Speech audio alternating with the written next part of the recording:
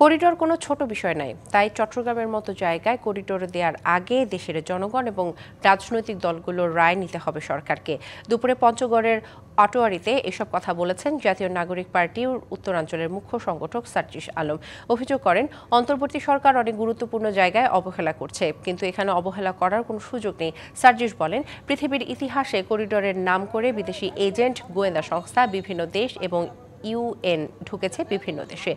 জাতিসংঘের নাম করে বিভিন্ন ধরনের সাম্রাজ্যবাদী মানুষ ঢুকেছে। এই সুযোগ বাংলাদেশে হতে দেয়া হবে না বলেও সাফ জানিয়ে দেন সার্জিস আলম।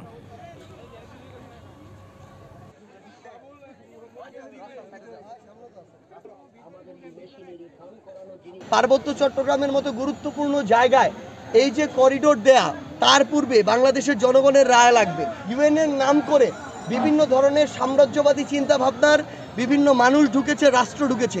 এই সুযোগ আমাদের বাংলাদেশে আমরা হতে দিব না। তো আমরা এই বিষয়ে অন্তর্বর্তীকালীন সরকারকে বলবো, যে সিদ্ধান্ত বাংলাদেশের সার্বভৌমত্বের প্রশ্নে, জাতীয় নিরাপত্তার প্রশ্নে আপোষহীন থাকে,